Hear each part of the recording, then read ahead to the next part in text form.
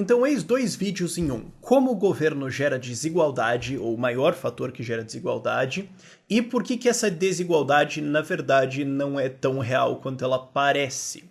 Primeiro motivo é primeiro assunto é como é que ele gera essa desigualdade.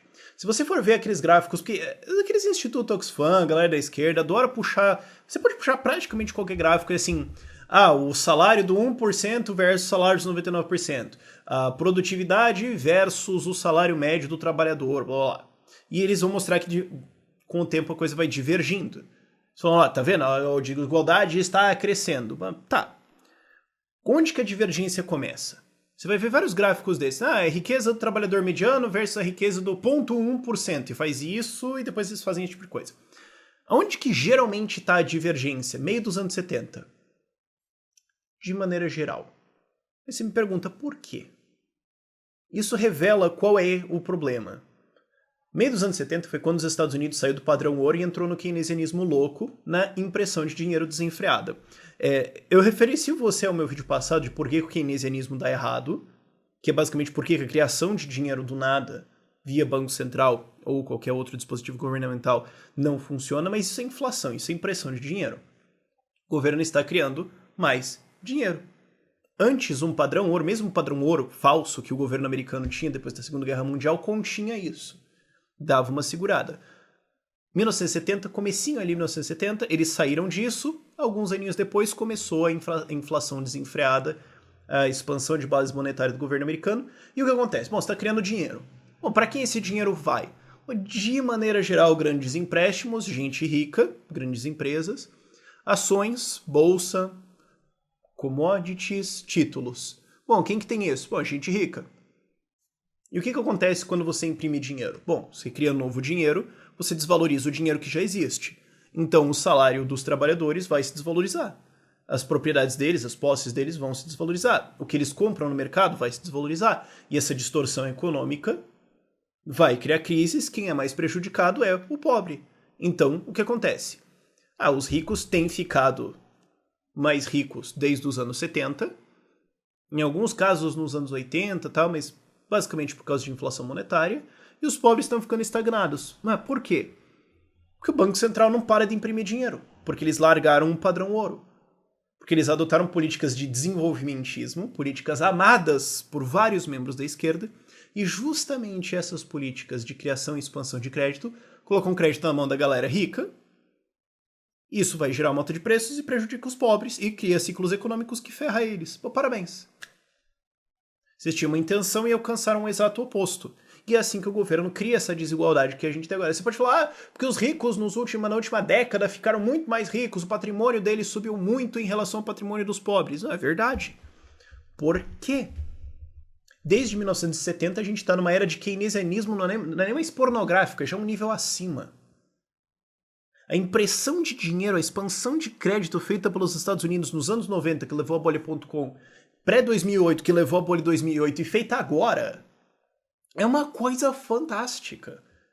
Você tem hoje, 2017, bancos centrais no mundo estão imprimindo 200 bilhões de dólares por mês para jogar na bolsa. Jogar na bolsa, jogar em títulos, jogar em bonds, jogar em que for para tentar reaquecer a economia. Keynesianismo puro, desenvolvimentismo puro, como é defendido pelos intervencionistas, pelos desenvolvimentistas e por muitos membros da esquerda. E é isso que está gerando desigualdade, porque você cria novo dinheiro, coloca na bolsa, bom, tem mais compradores na bolsa, o preço das ações vai subir, o preço dos títulos vai subir. O preço, você coloca isso e coloca para crédito imobiliário, o valor dos imóveis vai subir. Quem tem mais imóveis proporcionalmente? Ricos do que pobres, vai simples. Então, você olhar aquela metodologia imbecil, asinina, quadrúpede da Oxfam de calcular patrimônio líquido para medir desigualdade, que é retardado, que significa que o mendigo que tem R$2 na rua tem mais dinheiro que você, que tem um patrimônio negativo, que você tem um carro e empréstimo contra o carro. A metodologia do Oxfam vai dizer que o pobre é mais rico que você, mas enfim. Você tem essa metodologia fantástica que vai querer te dizer o quê? Vai falar, bom, então o patrimônio dos ricos subiu muito. Bom, sim. Inflação. Agora, ok, então o governo criou essa desigualdade. Só que ela nem é uma desigualdade tão real.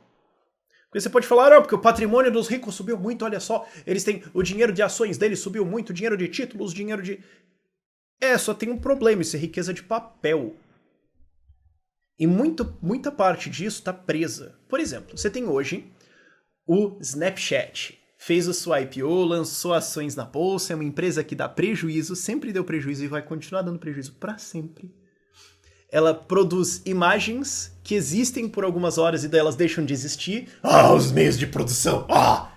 Eles dominam o comércio. Por favor, não vale nada isso, ok?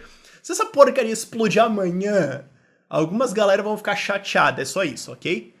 Não é fazenda, isso não é fábrica, isso não é... Ok, tem valor porque as pessoas acham que tem, tá bom, mas ok, é uma bolha isso aí. E tá nesse valor, tá valendo dezenas de bilhões de dólares do Snapchat porque tem governos, não só o governo americano, intervenção governamental imprimindo dinheiro e metendo na bolsa e faz a ação disso aí valer dinheiro. Aí você fala, mas então o dono do Snapchat ficou rico pra caramba, agora ele é um bilionário, porque ele tem uma boa parte dessas ações, o Snapchat vale lá seus 20 bilhões, ele tem, ele é um bilionário. Tá, ok. O cara tem, digamos, 10 bilhões de dólares em ações. Ele não pode vender elas. Porque ele é o dono. Ele não pode vender essas ações. Mas elas existem, elas têm um valor fantástico. E ele pode fazer exatamente nada com isso. Digamos assim que eu falo, agora você é um bilionário. Você tem 10 bilhões em ouro que está em Marte. E não tenho nada que você possa fazer sobre isso. Mas você agora é rico. E agora a gente vai te taxar, filho da puta. É ridículo. Mas isso é considerado riqueza, desigualdade. Então pra você ver, inflacionaram a bolsa, tal, inflacionaram títulos, inflacionaram imóveis, tá? Mas tá inflacionado, o preço tá alto, legal, ok. Digamos assim, você tinha 5 imóveis, porque você é rico, você tinha 5 imóveis antes da bolha imobiliária do Brasil. Ok, seu patrimônio era 3 milhões de reais. Porque o governo colocou um monte de crédito dentro, inflacionou o mercado, beneficiando uma puta galera rica.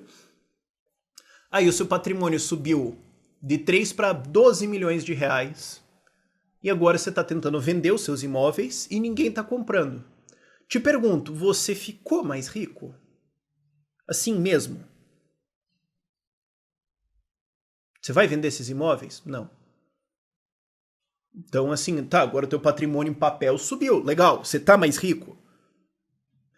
O espaço entre você e um cara que estava ganhando o salário médio brasileiro 10 anos atrás e hoje, na prática ainda é o mesmo. Se você não alugou ele, se você não vendeu ele, mas tua riqueza de papel subiu, teu patrimônio subiu. Mas e daí? Que nem, de novo, o cara que tem a ação lá do Snapchat ou do Twitter, o cara tem a ação do Twitter, tá valendo pra caramba lá, Twitter tá valendo bilhões, não serve pra nada, só dá prejuízo, não vai dar lucro. Aí você fala, não, mas ele tem um patrimônio lá de 50 milhões de reais em ações do Twitter. Que ele comprou lá quando valeu um pouquinho, aí valorizou um monte. Tá, mas ele não ganha dividendos, porque o Twitter não dá lucro, então ele não ganha dividendos, ou ganha muito pouco. E ele tem um patrimônio que ele não consegue vender, porque ele é um acionista do Twitter, ele é um dos donos, ele não pode vender isso. Ou se ele vai vender isso, tá, ele vendeu, ele vai comprar outra ação. Tá, ele comprou outra ação. Ele vai ganhar uns dividendos, ok. Agora, não, porque tem os dividendos das ações. Tá, os dividendos das ações no mundo estão mais ou menos estagnados desde 2013, não subiram. Desde então a bolsa dobrou de valor. Então assim, se você tem lá ações lá nos Estados Unidos, pô, sei lá, do Walmart, tô chutando, da Amazon, digamos, uma empresa boa que dá lucro e tal, é a Amazon.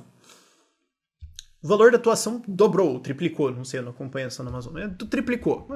Os dividendos que você recebe continuam os mesmos. Você vai vender essa ação? Não, você não vai vender ela, por algum motivo, sei lá, seu dono, seu Jeff Bezos, seu dono da Amazon, ser um acionista grande lá dentro, seu membro societário, você não vai vender essas ações. Você tá mais rico? Não. Não, você não tá mais rico. Você tinha 3 fazendas e o governo fez um programa de incentivo lá, triplicou o valor das fazendas, tá? Do valor de terra. Você continua plantando, continua vendendo a saca de milho pelo mesmo preço, você tá mais rico? Não! Então, assim, boa parte dessa desigualdade que foi criada, se você for ver, é uma bolha gigantesca de bolsas de valores e de títulos de dívida e de bonds de empresas e o raio que o parta, várias coisas de valor de papel, assim, especulativo, que se valorizaram muito. Agora, se o cara era dono dessas ações em 1990 e carregou isso até hoje, dono da mesma ação ainda, não sei, mas tem gente que faz isso. E é inteligente, tá? Depende do caso, mas enfim, não vamos entrar nesse mérito. O cara carregou tudo isso, ele recebeu os dividendos. O valor da ação subiu 30 vezes, mas daí? Ele não vai vender? Ele é o dono? É valor de papel. Mas a maior parte desse valor de crescimento de rico, o rico tem um patrimônio de 90 bilhões de dólares. Sei lá, patrimônio de 2 bilhões de dólares. Ele tem esse patrimônio em ações e títulos. Ele vai transformar em cash, dinheiro, sacar e torrar em pedra? Não. Não vai.